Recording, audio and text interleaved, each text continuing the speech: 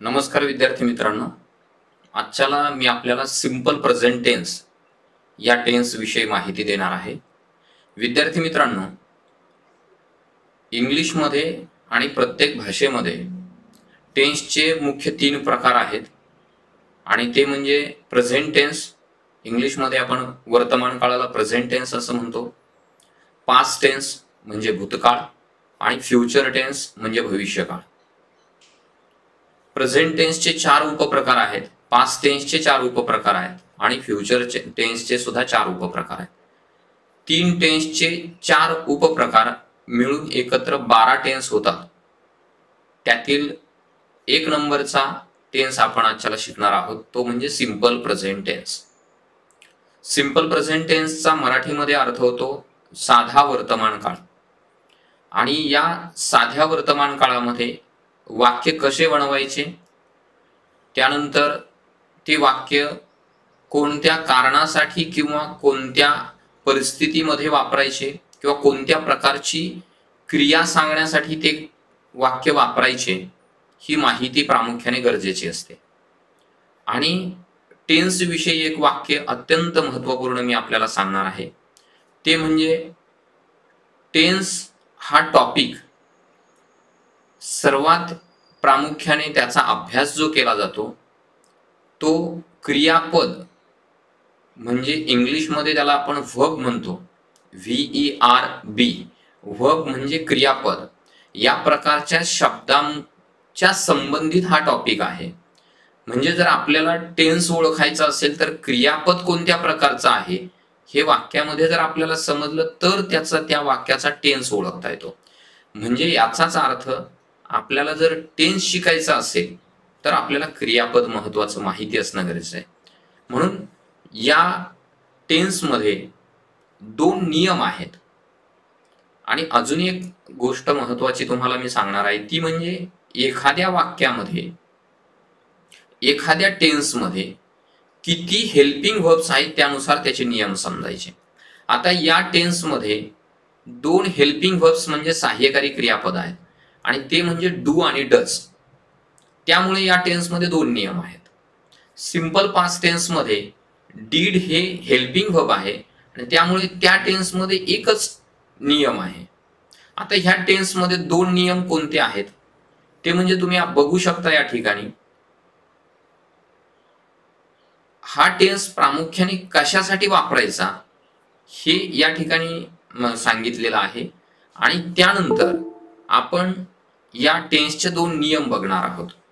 सर्वप्रथम आपल्याला माहिती असलं पाहिजे की हा टेन्स, या टेन्सचे वाक्य किंवा या टेन्सच्या पद्धतीने बनवलेले वाक्य नेमकं कोणत्या प्रकारची क्रिया सांगतात.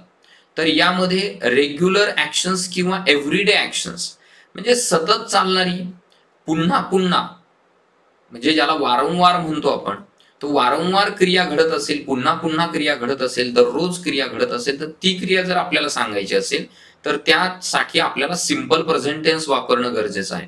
या ठिकाणी काही उदाहरणं आहेत, एक्झाम्पल्स आहेत, आपण बघू शकता. आय गो टू स्कूल, मी शाळेत जातो. I do not play every day, मी दररोज खेळत नाही. म्हणजे मी शाळेत जातो याचा अर्थ पुन्हा पुन्हा ती क्रिया घडते, म्हणून ह्या टेन्समध्ये आपण सांगितलेलं आहे. जर ती क्रिया भूतकाळामध्ये एखाद्या वेळी घडलेली असती तर ती आपण सिंपल पास्ट टेन्समध्ये सांगितली असती. जसे की आय वेंट टू स्कूल किंवा I went to school yesterday, मी काल शाळेत गेलतो किंवा मी काल शाळेत गेलो. परंतु या टेन्समध्ये फक्त भूतकाळामध्ये एखादी क्रिया घडली किंवा भविष्यात एखादी क्रिया घडेल असं नाही, तर जी क्रिया सातत्याने पुन्हा पुन्हा वारंवार घडते अशी क्रिया या टेन्समध्ये सांगितली जाते. त्यानंतर आय ऑलवेज ब्रीथ, म्हणजे मी नेहमी श्वास घेतो. म्हणजे श्वास घेण्याची क्रिया जर तुम्हाला माहिती असेल तर कशी घडते श्वास घेण्याची क्रिया, सातत्याने सुरू आहे, नेहमी सुरू आहे, वारंवार सुरू आहे. अशा प्रकारची क्रिया या टेन्समध्ये सांगितली. आय नेव्हर ईट बनानाज किंवा आय नेव्हर ईट बनाना, मी कधीच केळी खात नाही. म्हणजे एखादी क्रिया कधीच केली जात नसेल तर ती क्रिया सुद्धा या टेन्समध्ये सांगितली जाते. ऑलवेजचं वाक्य नकारार्थी करायचं असेल तर त्या ठिकाणी नेव्हर हा शब्द वापरलेला आहे. आणि जर इतर वाक्य जर त्या ठिकाणी ऑलवेज जर नसेल तर ते वाक्य नकारार्थी करण्यासाठी डू किंवा डज या दोन सहाय्यकारी क्रियापदांपैकी हेल्पिंग व्हर्ब्स पैकी एक हेल्पिंग व्हर्ब वापरला तर त्याचे नियम आपल्याला बघायचे आहेत. अजून कधी टेन्स हा वापरला जातो तर युनिव्हर्सल ट्रूथ म्हणजे वैश्विक सत्य सांगण्यासाठी. वैश्विक सत्य म्हणजे जगामध्ये एखादी क्रिया घडते त्याला कोणीच नाकारू शकत नाही, एखादी घटना घडते त्याला कोणीच नाकारू शकत नाही, अशा प्रकारच्या गोष्टीला आपण वैश्विक सत्य म्हणतो. ते या टेन्समध्ये सांगितलं जातं. For example, sun rises in the east, सूर्य पूर्वेला उगवतो. ही गोष्ट कोणी नाकारू शकत नाही आणि सर्व मान्य आहे, म्हणजे जगाने मान्य केलेली आहे. त्याला जागतिक सत्य म्हटलं जातं.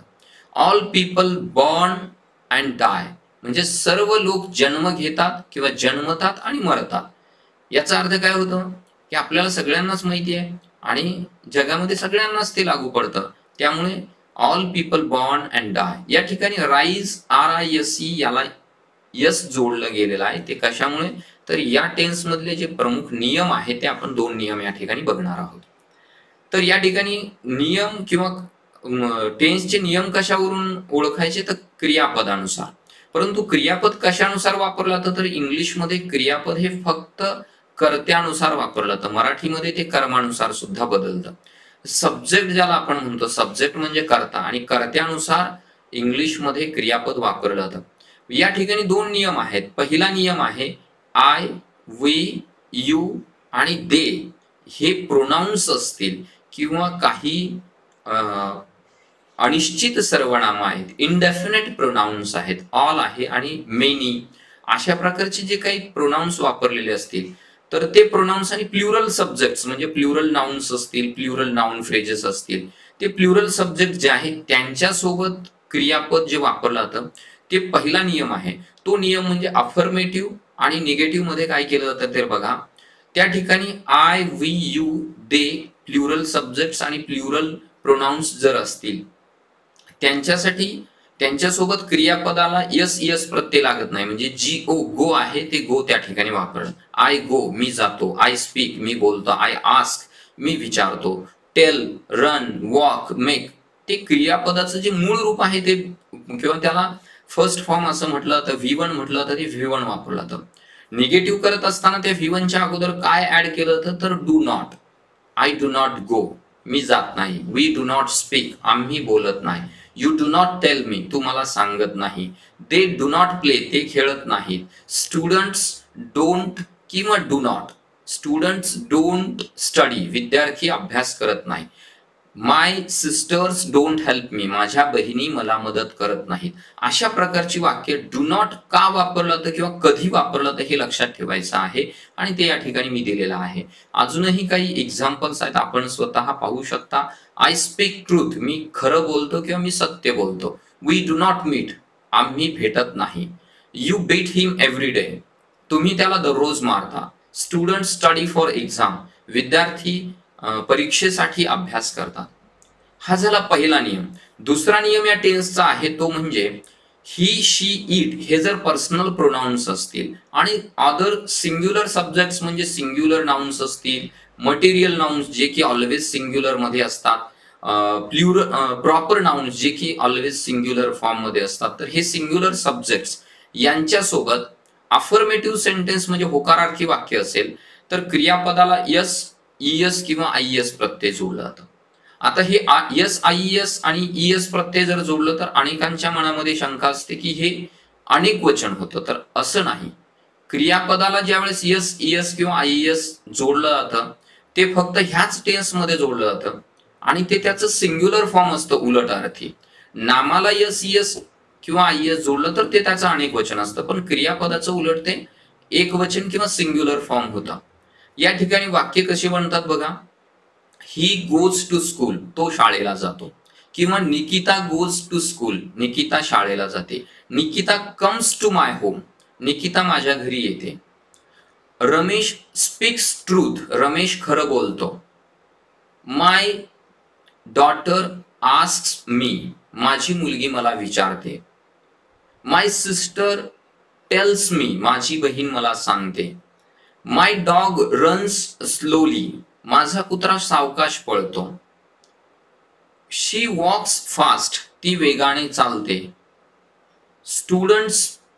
स्टुडंट मेक्स नॉईज, एकटा विद्यार्थी, student, one student makes noise म्हणजे सिंग्युलर सब्जेक्ट असला पाहिजे, त्यावेळेस मेक्स होतं. एक विद्यार्थी गोंधळ करतो. या प्रकारचे जे कर्ते आहेत यांच्यासोबत वाक्य नकारार्थी करायचं असेल सिंपल प्रेझेंट टेन्स मध्ये, तर त्यासाठी डज वापरला तर डू ऐवजी डज वापरला तर हे आपल्याला लक्षात घ्यायचं आहे. आणि नकारार्थी वाक्यामध्ये यस इयस जोडलं जात नाही. सिंपल प्रेझेंट टेन्स आणि सिंपल पास्ट टेन्स हे दोन टेन्स अतिशय किचकट जातात अनेक लोकांना समजण्यासाठी. त्यामुळे हा टेन्स जर आपण समजून घेतला तर पुढचे टेन्स आपल्याला समजून घेणं अगदी सोपं जाईल. एक्झाम्पल्स मी अनेक आपल्याला देऊ शकतो, परंतु समोर दिलेले एक्झाम्पल्स आपण पाहू शकता. ही गिव्स मनी, तो पैसे देतो. शी डज नॉट कम लेट, या ठिकाणी डज वापरलेलं असताना जसं गिव्हला यस जोडून गिव्स झालंय, तसं कम्स या ठिकाणी वापरलेलं नाही. तर या ठिकाणी कम वापरले म्हणजे यस निघून गेलंय. त्याचं कारण आहे आपण त्या ठिकाणी डज वापरले. डू या क्रियापदाला इयस प्रत्यय लागलेला असल्यामुळे ऍक्शन व्हर्ब किंवा जे मेन व्हर्ब आहे त्याचं यस यस निघून गेलेलं हे कारणासहित मी आपल्याला सांगतोय. निलेश हेल्प्स मी, निलेश मला मदत करतो. Child cries for its mother, बाळ त्याच्या किंवा मूल त्याच्या आईसाठी रडतं. तर अशा प्रकारची अनेक उदाहरणं या ठिकाणी मी आपल्याला देतच आहे. ती सुद्धा उदाहरणं आपण पहा. आय रीड बुक्स, मी पुस्तके वाचतो. शी इट्स फ्रुट्स, ती फळे खाते. दे प्ले फुटबॉल, ते फुटबॉल खेळतात. We go to the market, आम्ही बाजारात जातो. ही ड्रिंक्स कॉफी, तो कॉफी पितो. शी सिंग्स वेल, ती छान गाते. ही टीचर्स इंग्लिश, तो इंग्लिश शिकवतो. किंवा आदरार्थी आपल्याला बोलायचं असेल, आदरणीय व्यक्ती असतील, एक पुरुष असेल, ते इंग्लिश शिकवतात. आय व्हिजिट माय ग्रँडपेरेंट्स, मी माझ्या आजी आजोबांना भेटतो. Next examples. Birds fly in the sky, या ठिकाणी फ्लायचं आयएस जोडलेलं नाही, बिकॉज बर्ड्स हे प्लुरल सब्जेक्ट आहे. Birds fly in the sky, पक्षी आकाशात उडतात. वी स्टडी डेली, आम्ही रोज अभ्यास करतो. ही पेंट्स पिक्चर्स, तो चित्र रंगवतो. Train comes, train arrives at 6 PM, train संध्याकाळी 6 वाजता येते. Children play in the garden, मुलं बागेत खेळतात. शी डान्सेस वेल, ती चांगली नाचते. I do not eat junk food, मी जंक फूड खात नाही. So these are the regular activities, or these are the everyday activities, or these are the activities which happen again and again. ज्या actions पुन्हा पुन्हा घडतात, regular घडतात, प्रत्येक दिवशी घडतात, ह्या ऍक्शन्स आपण या टेन्स मध्ये सांगू शकतो आणि सांगत असतो. दे do not like cold water, त्यांना थंड पाणी आवडत नाही. ही डज नॉट, दे सोबत डू वापरलेले, ही सोबत या ठिकाणी डज आपण वापरत आहोत. He does not speak French, तो फ्रेंच बोलत नाही. We do not play cricket, आम्ही क्रिकेट खेळत नाही. She does not wear shoes at home, ती घरी चप्पल घालत नाही किंवा बूट घालत नाही. I do not listen to music at night, listen music असं म्हणायचं नाही, लिसन टू म्युझिक असं म्हणायचंय. I do not listen to music at night, मी रात्री संगीत ऐकत नाही. इन नाईट असं म्हणायचं नाही. हे सुद्धा छोट्या छोट्या गोष्टी आहेत की आपण इतर व्हिडिओमध्ये आपण हे पाहू शकता. We do not visit the park, आम्ही बागेत जात नाही किंवा आम्ही बागेला जात नाही. They do not eat meat, ते मांस खात नाहीत किंवा ते मटण खात नाहीत. तर हे आहेत सिंपल प्रेझेंट टेन्सचे वाक्य. नक्कीच आपल्याला हा टेन्स समजलेला असावा अशी मी आशा करतो. आपल्याला काही जर प्रश्न असतील या टेन्सच्या बाबतीमध्ये तर आपण कोणताही प्रश्न सांगा, मी त्याचं नक्की पुढच्या व्हिडिओमध्ये किंवा स्वतंत्र व्हिडिओमध्ये आपलं उत्तर देण्याचा मी प्रयत्न करेन. तर अशा प्रकारचे इतर टेन्सेसच्या बाबतीमध्ये सुद्धा आपल्याला मी व्हिडिओ देणार आहे.